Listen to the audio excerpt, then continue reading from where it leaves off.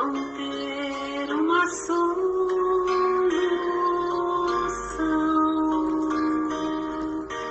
Olhe pro alto e veja o Cristo estendendo-lhe a mão.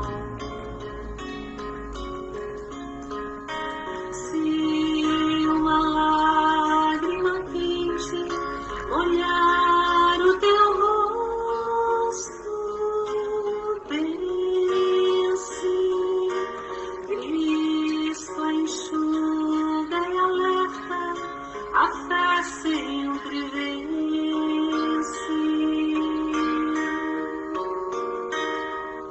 Levanta-te, vai em paz, assim Ele nos convida.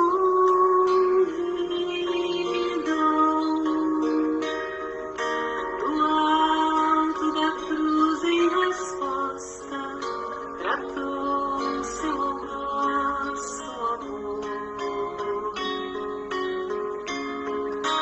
Pediu a Deus perdoasse o povo que o expulsou.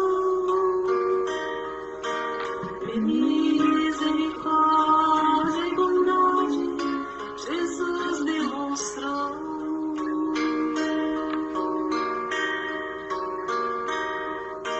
Lembre-se de Maria, exemplo de compreensão.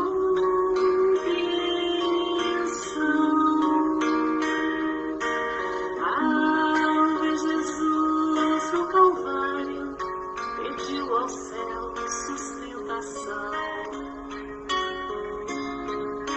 Serva de Deus confiou, entregou sua dor ao Pai. Pegue também sua cruz, confia e vai.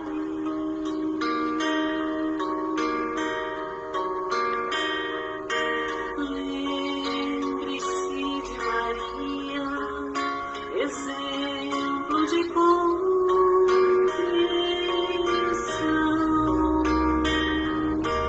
Ao ver Jesus no Calvário, pediu ao céu sustentação. Serva de Deus confiou, entregou sua dor ao Pai. Pegue também sua cruz, confia e vai. Pegue também sua cruz, confia e vai.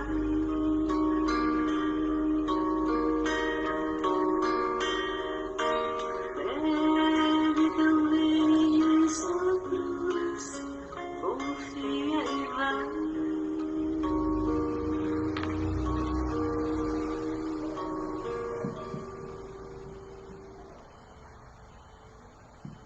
Boa noite a todos. A gente está aqui pelo Grupo Espírita Amor à Verdade, de Itaperuna. E viemos hoje a pedido da Lúcia para substituir a amiga Isabel Rangel, que não pôde apresentar o seu estudo com o tema Por que Sofremos. E para começar, eu vou ler uma página aqui do livro Atenção, que é um livro que nos é muito caro no Amor à Verdade, que nós costumamos ler para iniciar as nossas visualizações terapêuticas. Então, a página, o tema é Diante do Lar. O lar é o centro de nossas atividades no mundo. Efetivamente, a Terra é a nossa temporária residência na vida e a humanidade é a nossa verdadeira equipe familiar. Entretanto, no microcosmo doméstico, tens a lição e a bênção, a escola e a estação de cura. É por isso que entre as quatro paredes da casa terrestre encontramos, enquanto na experiência física, os mais obscuros problemas. Aí dentro, no reduzido espaço de alguns metros, conhecemos o assalto do ciúme, o golpe da maledicência, o fel da incompreensão, a treva da calúnia, o vinagre da crítica, o frio da indiferença e a dor do cansaço, recolhendo muita vez pedras e espinhos de mãos queridas que desejaríamos viver osculando com inexcedível ternura. No acanhado círculo da consanguinidade, surgem para a alma as mais aflitivas sugestões de fracasso e os mais fortes apelos ao desânimo.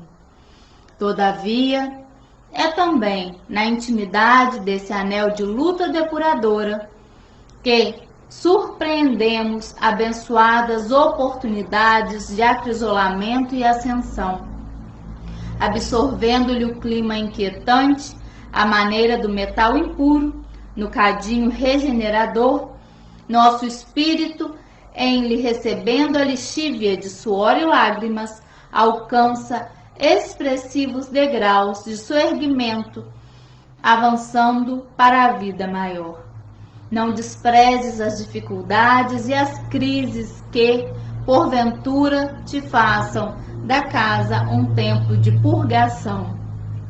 Usa a humildade e a paciência, a bondade e a tolerância no comportamento diário, trabalhando e amando, aprendendo e servindo, e o teu flagelado domicílio de hoje ser-te-á amanhã preciosa base, da qual poderás desferir os mais nobres voos de paz e sublimação para a grande vitória. Vou eu mesma fazer a prece.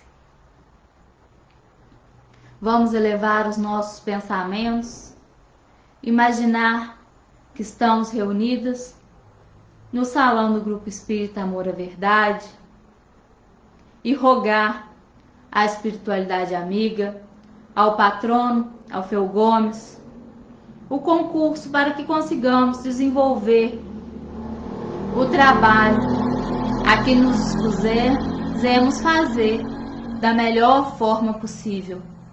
Que as palavras que aqui sejam proferidas possam auxiliar a todos aqueles que ouvi-las, principalmente a mim mesma.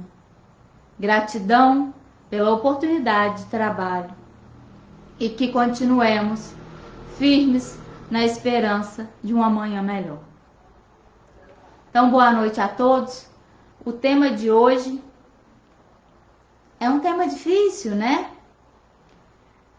Pelo menos assim eu pensei, que é por que sofremos. Mas a Isabel tinha escolhido esse tema e eu resolvi não alterar. E aí, por que a gente sofre, né? É difícil, ou até ver o outro que a gente considera que sofre mais que a gente. Sofrimento não é uma coisa legal. Não é uma coisa boa. Ninguém quer sofrer, todo mundo quer ser feliz. E aí, quando a gente vai para o Evangelho segundo o Espiritismo, no capítulo 3, que se chama Há Muitas Moradas na Casa de Meu Pai,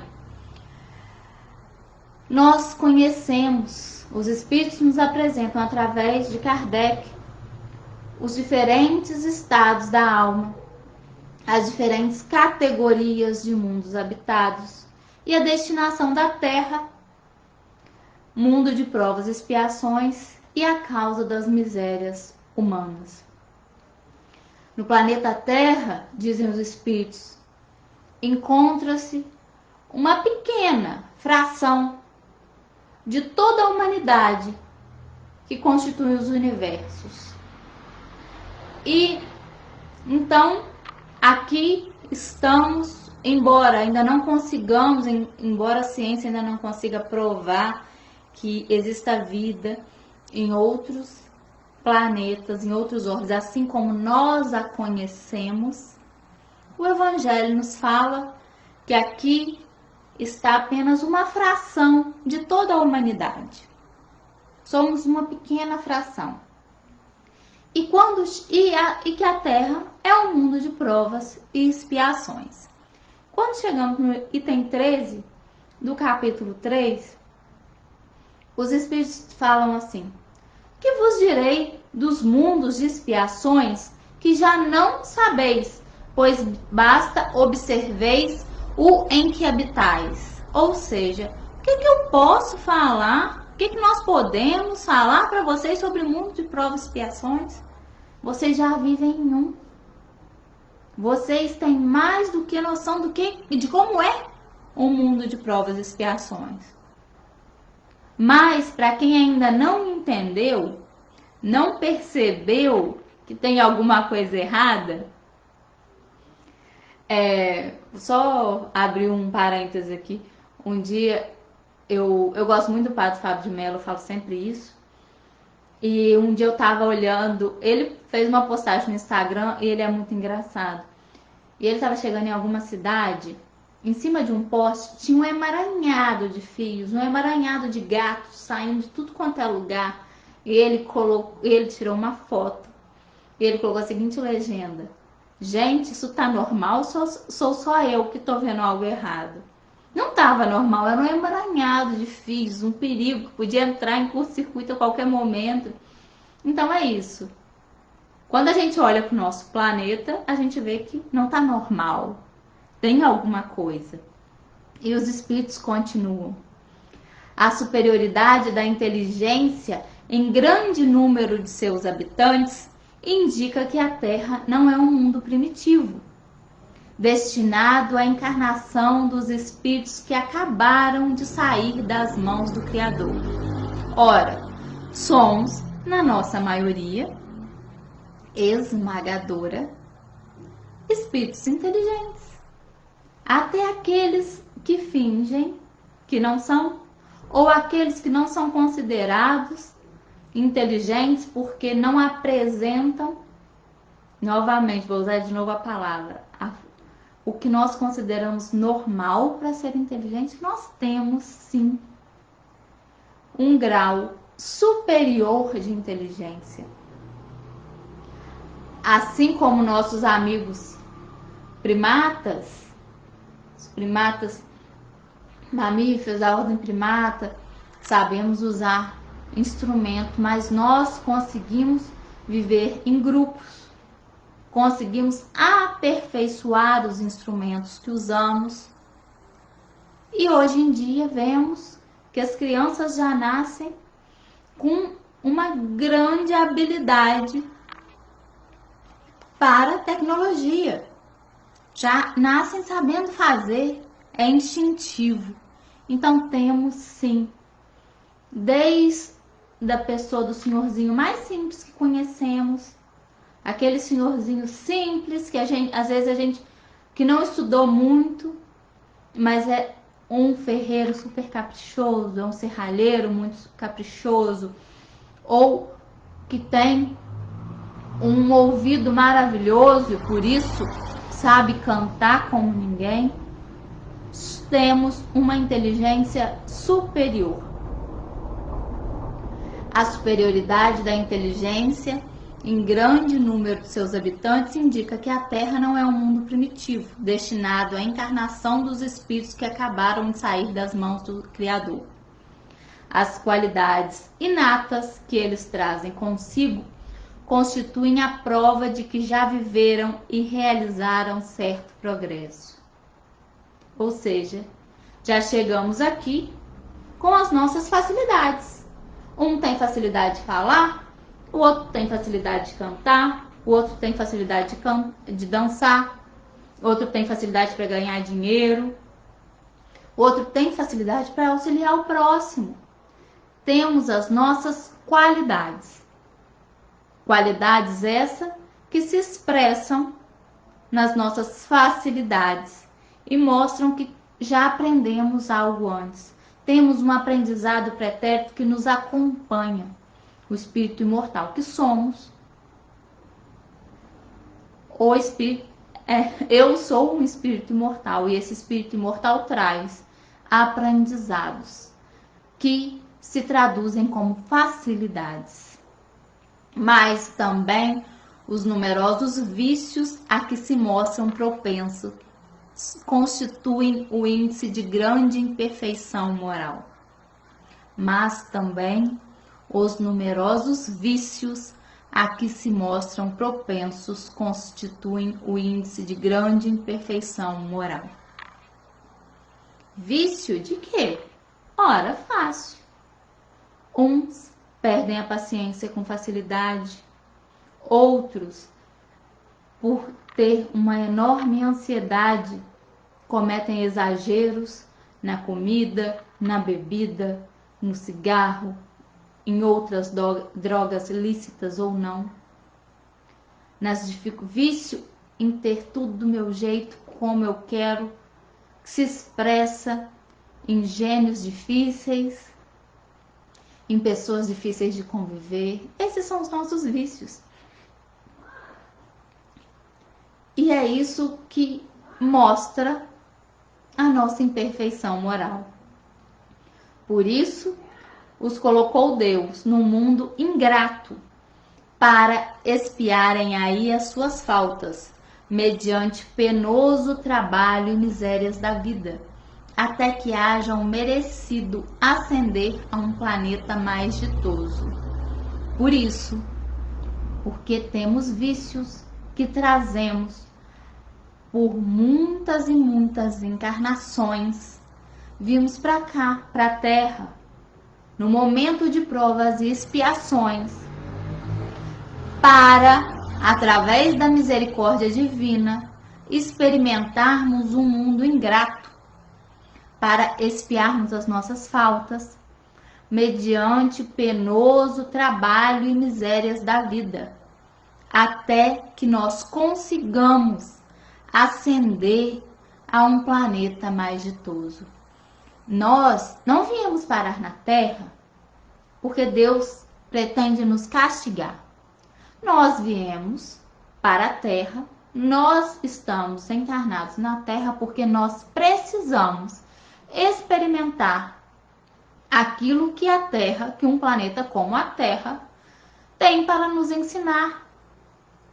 A Terra nada mais do que o reflexo daquilo que cada um de nós também é, daquilo que nós somos. A Terra é o nosso reflexo.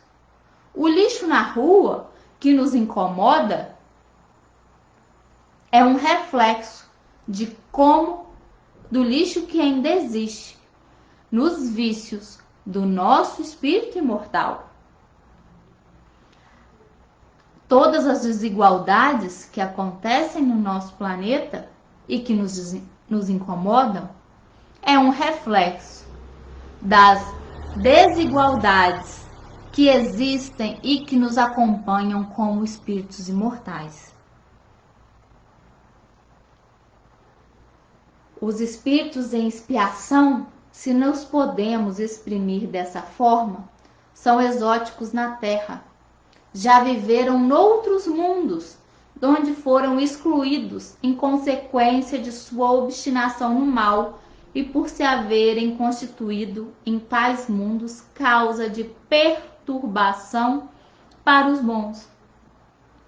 Viemos para um planeta que tem a perturbação que precisamos experimentar para nos melhorarmos.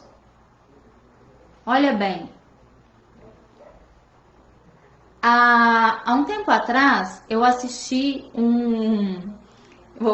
eu sempre falo, né? Depois vou tentar falar, é fácil. Há um tempo atrás eu assisti a um seriado, uma série, que acho que são 4 ou 5 episódios, que tem a Netflix. A Netflix não me patrocina, eu gosto mesmo. Isso se chama O Código Bill Gates. E essa série é sobre o Bill Gates. Vamos falar assim, por que alguém vai ver...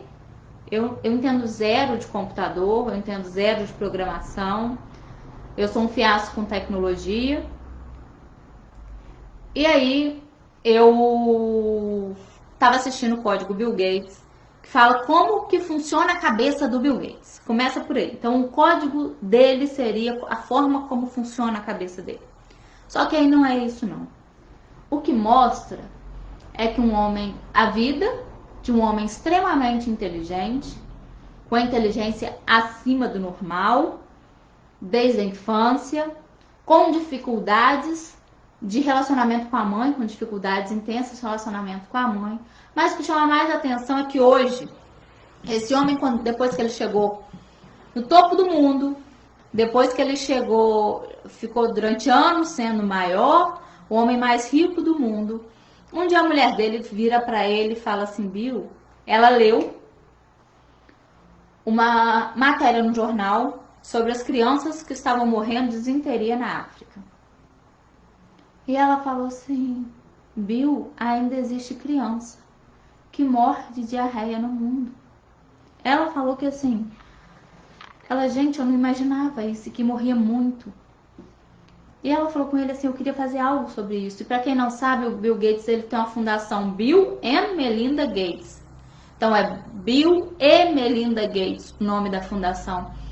E para mostrar que a fundação não é só ele. A fundação é ele e a mulher dele. E ela chamou a atenção dele para isso. E eles foram então pesquisar, procuraram o jornalista que tinha escrito a matéria e eles foram pesquisar por que crianças ainda morriam de desinteria, ainda morriam de diarreia no mundo. Então o Bill e a Melinda Gates começam a pesquisar, e lógico, eles são influentes, eles começam. E ele falou o seguinte, ao contrário, todo mundo está querendo preservar a água, todo mundo está estudando água, todo mundo quer água potável. Mas o que está faltando no mundo é gente estudando esgoto. Ninguém está estudando para onde enviar os dejetos. Porque em diversos países do mundo, e isso inclui o Brasil, embora ele tenha mostrado Índia, África, eu sei que isso inclui o Brasil. Em diversos lugares do mundo, eles não têm acesso à água. Mas quando tem, a água que eles têm acesso é o mesmo lugar para onde vai o esgoto. Vão as fezes. As crianças tomam banho em córregos, em valões, para onde os dejetos são depositados. Não tem como. Se a gente não pensar o que fazer com os dejetos, a gente não vai nunca resolver o problema da água. Porque tem lugar que é inóspito, tem lugar que vai demorar muito ou gastar muito para chegar água o suficiente para resolver tudo aquilo. Então, o que nós vamos fazer com os dejetos? Então, o Bill Gates falou, eu fui estudar, eu montei uma equipe, eu procurei pessoas para estudar esgoto. Porque é o que ninguém está se importando. E quando ele começou a se mexer para estudar esgoto, e ele começou a se mexer para tentar diminuir o número de mortes por coisas banais como uma diarreia, ele também se atentou para o número de crianças e de pessoas que ficavam deficientes devido à poliomielite na África. E aí ele também foi se mexer e falou, gente, o que é isso? Tá faltando o quê? Vacina? Então eu dou a vacina. E aí ele passou o fundo vai tanto X de dinheiro, muito dinheiro, vai para vacinação de polio.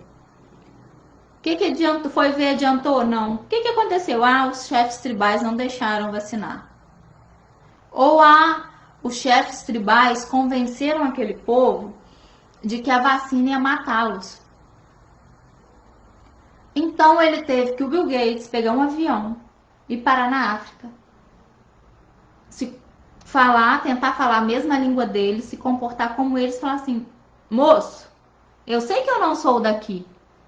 Eu sei que o senhor não me conhece. Mas existe uma vacina que já salvou milhares e pode salvar os seus também. E aí ele conseguiu. Tá, foi aprovado nos países que os chefes, porque não tinham sido consultados, porque não entendiam, porque estavam com medo, o que esses ocidentais, o que esses norte-americanos estão vindo para cá dizer que é vacina e mandando distribuir para todo mundo. E aí, na hora que ele viu, o número de pólio diminuiu, mas não também tanto quanto esperado. O que acontecia? Os mapas, eles não sabiam, os mapas estavam desatualizados. A doença chegava nas comunidades muito antes dos agentes de saúde. Tinham comunidades isoladas que não apareciam no mapa, que já tinham poliomielite, mas que os agentes de saúde nem sabiam como chegar lá. E aí, durante todo esses episódios desse seriado, mostra um homem que tem uma inteligência superior, fora do comum, que já foi conhecido por vários atos nada populares, hoje, junto com sua mulher, buscando formas de diminuir a dor do planeta. Ou seja, esse homem veio para cá, para o mundo de provas e expiações, experimentar dentro do lar dele. Lembra da página que nós lemos no início, Diante do Lar? Uma aprovação, ao ver um relacionamento difícil com a mãe. Apresentava uma facilidade enorme para a computação. Foi um gênio da computação. Atingiu o topo, não tinha mais o que fazer com dinheiro. Então ele resolveu colocar a facilidade dele, a inteligência dele, para estudar outras coisas. E aí, quando o coronavírus surgiu, começaram a espalhar na internet: o Bill Gates, há 5 anos atrás, falou que a próxima pandemia ia ser de coronavírus. Nostradamus. Não! Ele estuda. Esse homem é um homem que estuda e que sabe o que estava por vir. É um homem que tenta erradicar a poliomielite há anos, sem sucesso. Ele que teve tanto sucesso na carreira, erradicar a poliomielite ainda sem sucesso. É um homem que está tentando acabar com as mortes por disenteria. Ele não é um santo. Ele não está aqui porque ele é um santo. Mas, no momento, os recursos e as facilidades dele estão fazendo com que ele se volte para o outro, para as mazelas desse planeta, para se mexer e procurar uma solução.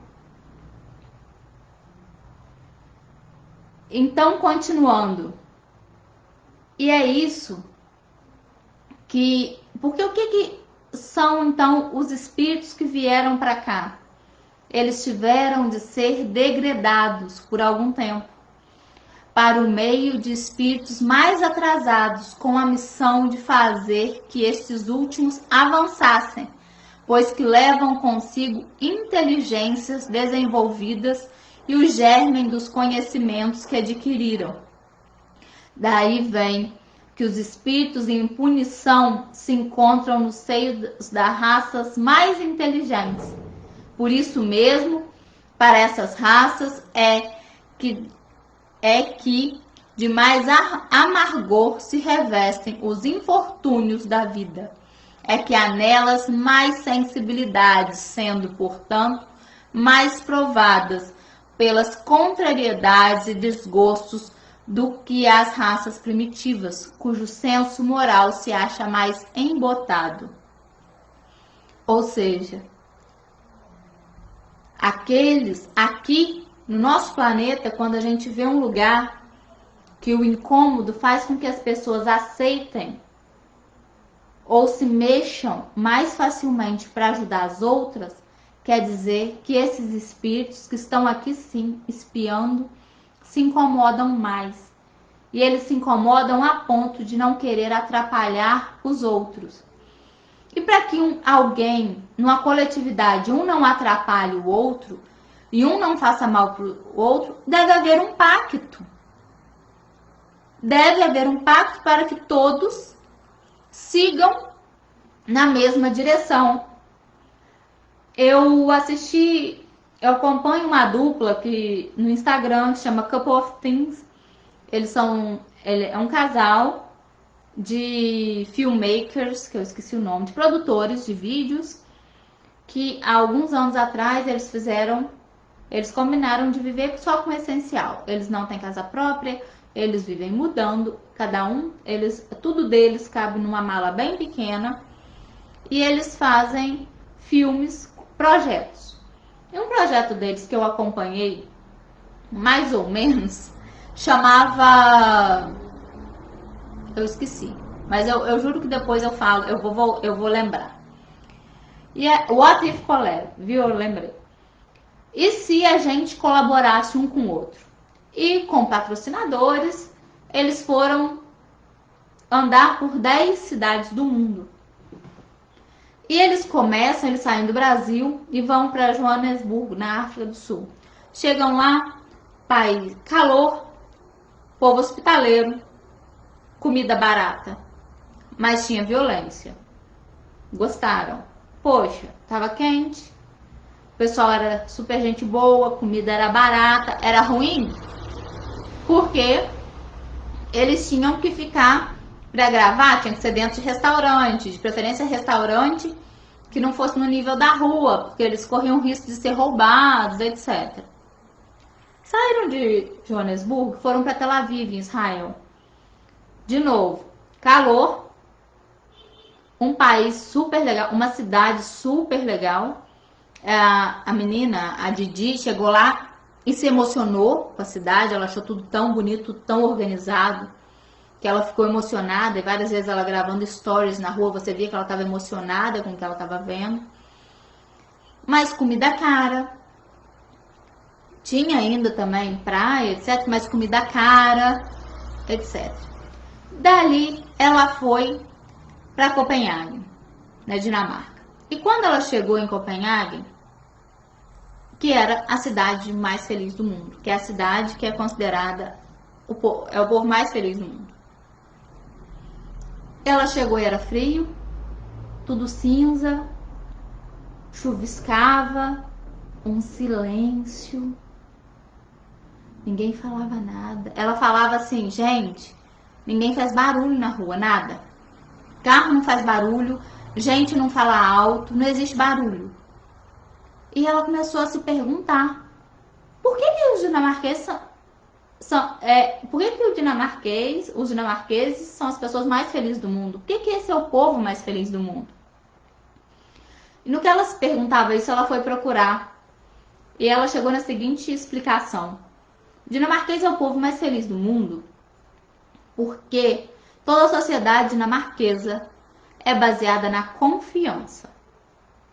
Existe um pacto de confiança entre eles. E lá, eles confiam uns nos outros. Então, se você vai exercer um cargo público, todos confiam que você vai fazer o melhor que puder para exercer aquele trabalho. E como todos confiam em você, você também faz por onde merecer essa confiança. Todos confiam que não vão emitir gases poluentes à toa. Por isso, na rua tem o mesmo espaço para pedestre, para bicicleta e para carro. São ruas, a rua tem separação, mas são espaços equivalentes de tanta bicicleta que tem na rua. O transporte público é silencioso e acessível. Inaugurar uma nova linha de trem é motivo de felicidade, de alegria, e as pessoas comparecem à inauguração para simbolizar essa confiança e essa igualdade entre eles, nessa sociedade que se baseia na confiança, todo dinamarquês tem direito a ter a mesma louça usada pela família real.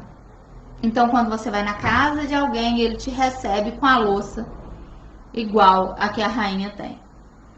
Então, nesse lugar, olha bem, ninguém quer fazer mal ao outro o suficiente. Então, eles chegaram num pacto de andar de bicicleta mesmo chovendo, de não sair gritando na rua, de não poluir o meio ambiente, de pagar os impostos, sim, e o custo de vida lá não é barato, mas sabendo que tudo vai ser revertido para eles. Eles já se incomodaram o suficiente para começar a mudar.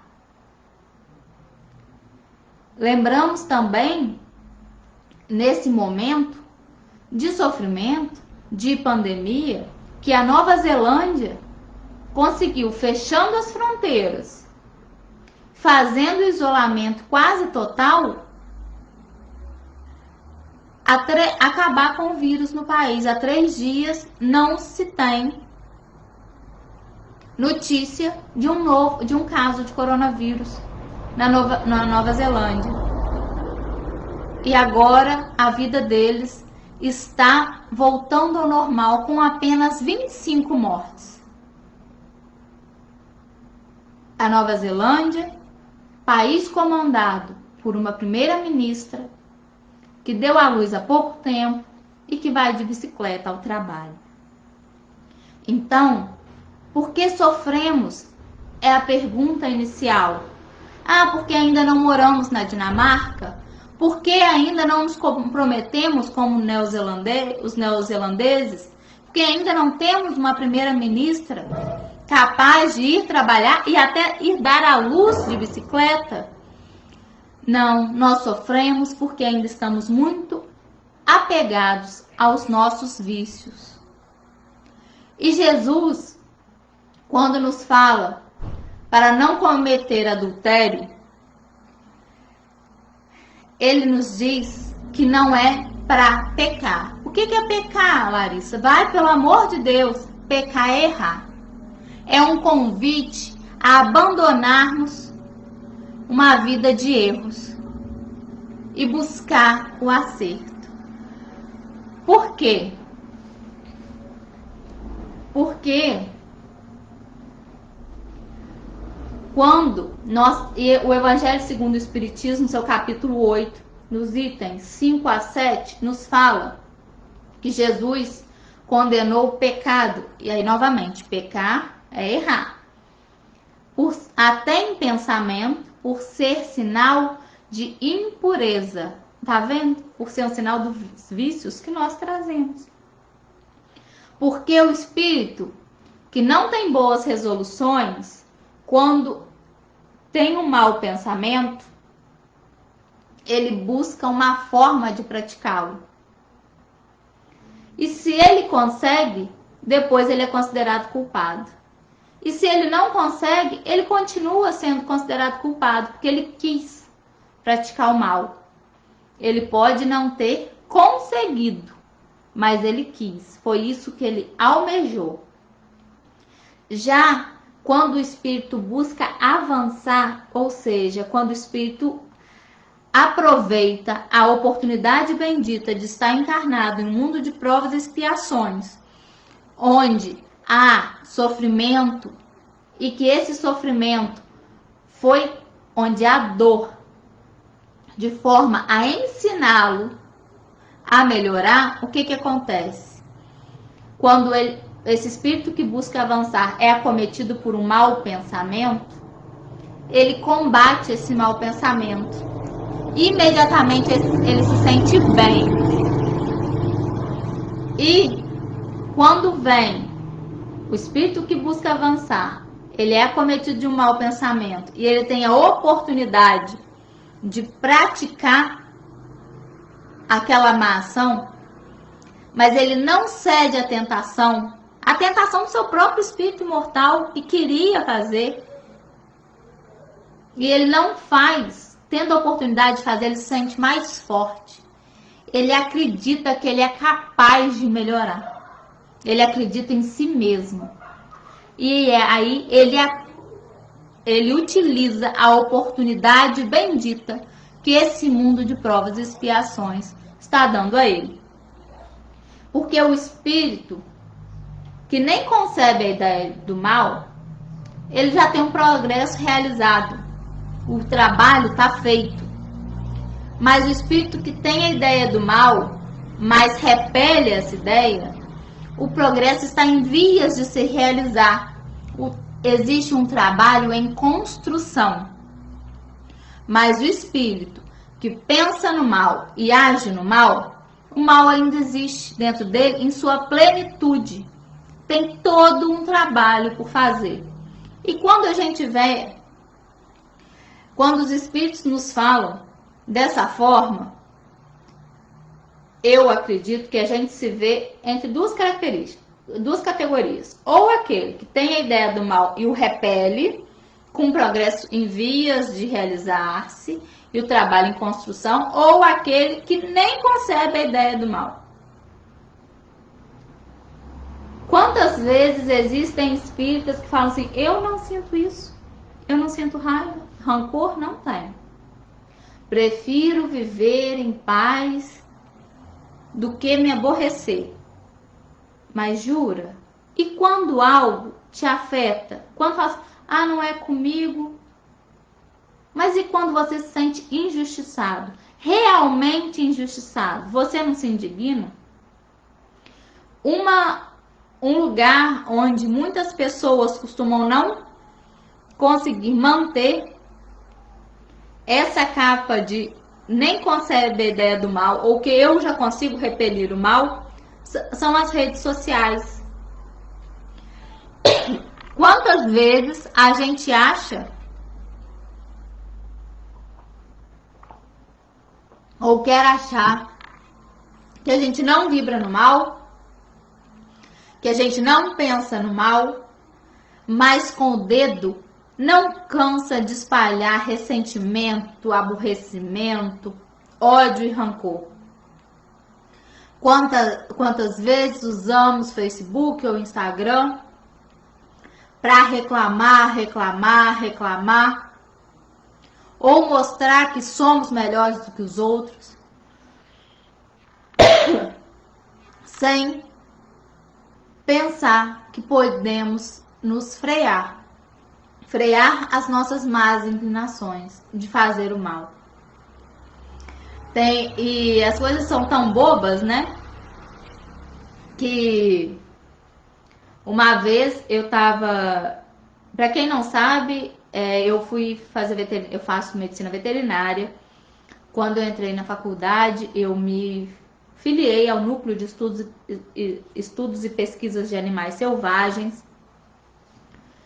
E dentro desse núcleo eu tive a oportunidade de trabalhar com lontras. E eu criei algumas lontras. E a lontra, não vou me estender sobre lontras não, só para vocês entenderem. Lontra é um mamífero que tem cuidado parental longo, ou seja, as lontras passam muitos meses com suas mães e precisam aprender com elas tudo para poder sobreviver na natureza. Uma lontra que sai da natureza, ou ela vai morrer, ou ela vai morrer. Então, para essas lontras ficarem vivas, para elas continuarem vivas, elas iam para o núcleo de estudo e pesquisa, só que depois, o único lugar que tem para enviá-las é zoológico. Porque ainda não existe no Brasil qualquer trabalho, tô falando não existe no Brasil, né? Talvez lá em Florianópolis já tenha, mas então não existe na nossa região, no Sudeste, mas acho que ainda não existe no Brasil, reintrodução de lontras que foram para cuidados humanos tão pequenininhas. Então eu era mãe de lontra. Eu cuidava de lontra, eu ensinava a lontra a fazer cocô, ensinava a lontra a comer, a tudo, e eu passei bastante tempo fazendo isso. Era um trabalho de abnegação. Depois me despedi da primeira lontra, foi muito triste, e ela foi para um zoológico no estado de São Paulo. E depois de um tempo, mais de um ano depois, eu tive uma notícia dela. Foi um vídeo que o zoológico postou na sua página do Facebook. Num espaço, ela tem um recinto bem grande. E eu mandei essa lontra para um zoológico, eu mandei o núcleo, mandou essa lontra para um lugar que tinha uma bióloga especialista em lontra. Ela foi ser muito bem cuidada. Ela foi para um recinto enorme, lindo, fazer companhia ao KV, a uma outra lontra que também tinha sido resgatada pelo mesmo núcleo, mas que passou por lá antes de eu começar a fazer faculdade. Ela foi para esse núcleo com todo o cuidado que a gente tinha para escolher o lugar ideal para ela ir. E aí, quando eu repostei aquele vídeo, toda feliz, até com uma certa vaidade. Olha minha filha, olha que lindo, a lontra que eu criei, agora adulta, viva. E aí, uma companheira comentou assim: coitada, que vida triste, deveria estar na natureza. E quando eu li aquele comentário, eu chorei. Eu chorei porque na natureza ela teria morrido. Eu chorei porque naquele momento todo o meu esforço de meses cuidando, e de outros voluntários, que eu não fiz isso sozinho, dos outros voluntários que trocamos feriados e passamos horas e horas do nosso dia cuidando daquela lontra, foi inutilizado e jogado no lixo por uma pessoa que se achava melhor que a gente e achava que tinha um coração melhor que a gente e achava que ela tinha uma solução melhor para aquela lontra. E aí, naquele momento, me despedir da Lucy causou dor. Causou. Mas se eu ficasse agarrada naquela mágoa, aquele sofrimento era opcional. Naquele dia eu chorei. Eu falei, que é isso? Eu lutei tanto para essa lontra estar viva. E agora a pessoa me comenta isso. Mas essa é uma oportunidade de crescer e de aprender a melhorar. Exatamente, não é o ideal, mas é o que dá para fazer. E todos os dias a vida nos convida a esse tipo de experiência. E eu tô dando uma experiência minha bem boba, que é com lontra, pra gente não ficar aqui realmente falando de sofrimento. Porque quando a gente entra na doutrina espírita, a gente olha para quem está fazendo a palestra e quando a gente gosta, por exemplo, de uma exposição, de um estudo, a gente começa a admirar aquela pessoa e muitas vezes a gente usa de forma boba a palavra: nossa, eu sou sua fã, eu sou seu fã, você é meu ídolo. Mas a gente esquece que a doutrina espírita, por ser uma doutrina extremamente democrática, os frequentadores são também os padres e pastores, com muitas aspas. Que aqui quem faz palestra é quem tem facilidade de ler, compreender, fazer síntese e não tem vergonha de falar em público. Tem memória. E que saber estudar uma matéria e passar exige sim esforço, exige estudo, exige comprometimento. Mas não quer dizer que quem apresenta o estudo esteja melhor do que quem está escutando o estudo. A doutrina espírita nos convida, sim, a tomarmos, como diria a Nina Peixoto, um chá de banco. O que é o chá de banco? É ter assiduidade na palestra. É assistir a palestra até daquele companheiro que você não gosta, com a dicção difícil ou que você acha que não tem nada para te acrescentar. Mas, assistindo palestra, você exercita a humildade. Você exercita chegar no horário, ser pontual, estar ali auxiliando aquele companheiro a quem foi dada a oportunidade de aprender através da exposição. A doutrina espírita nos traz explicações, mas nos traz também convite ao trabalho. Que tipo de trabalho? Lavar banheiro, varrer chão, lavar louça, trabalhar com as assistidas, trabalhar na evangelização, ter que conviver com outras pessoas. Porque, embora seja muito confortável, não podemos viver só das melhores palestras online. É maravilhoso poder dar um clique e escutar o Divaldo, escutar o Haroldo. Mas e aí? Você está interagindo com o Divaldo? Você está interagindo com o Haroldo?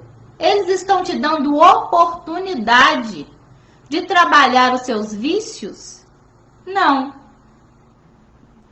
Dentro do centro espírita, a gente precisa nos trabalhar e não terceirizar a nossa fé.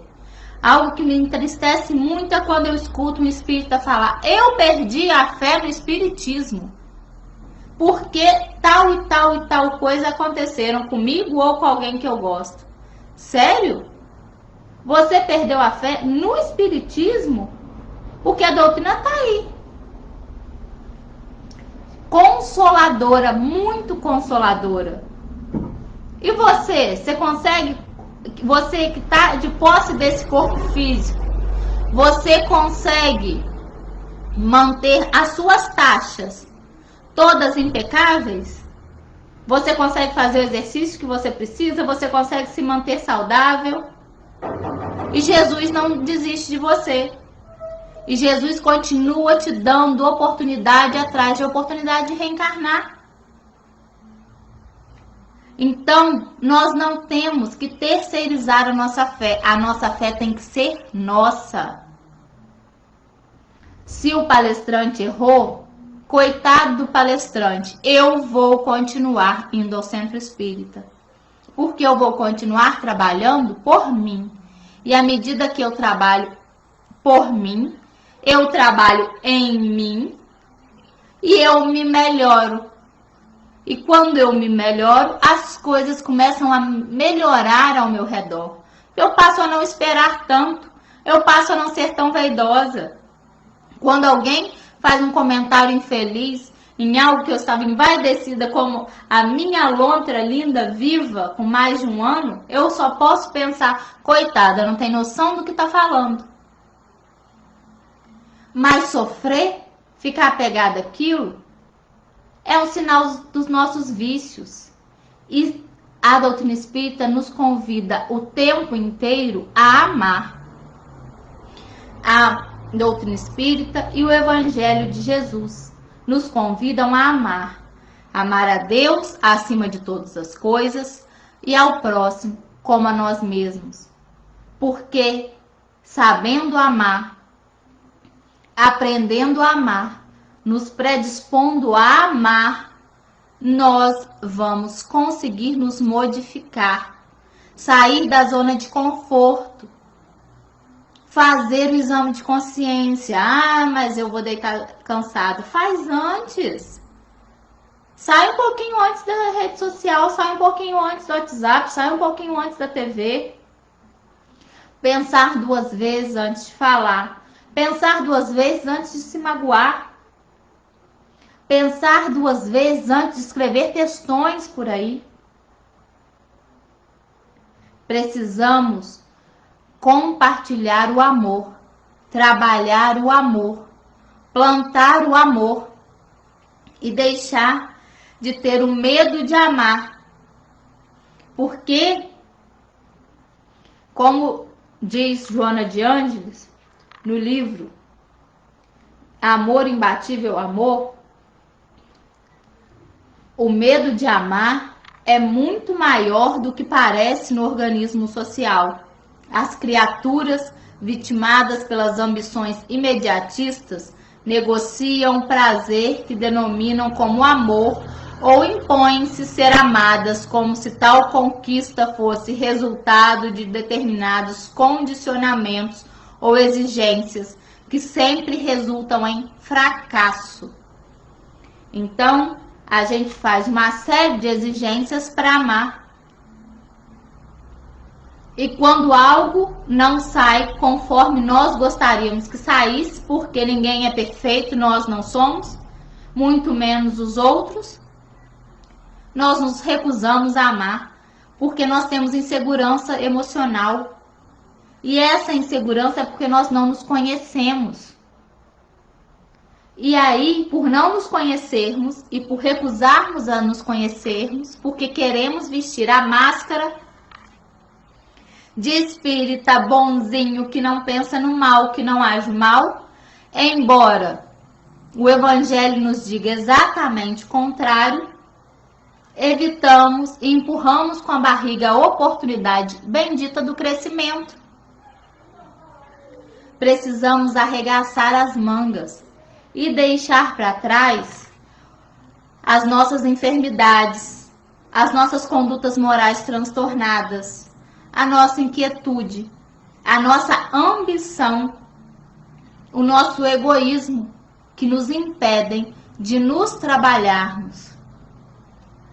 Neste momento tão difícil, que o isolamento social já deixou de ser novidade, que já está incomodando a tantas pessoas, eu convido a todos vocês a arregaçarmos as mangas para nos trabalharmos, para não perdermos essa oportunidade, para que a dor que a Covid está gerando em cada um de nós não nos cause sofrimentos maiores do que aqueles de que realmente necessitamos.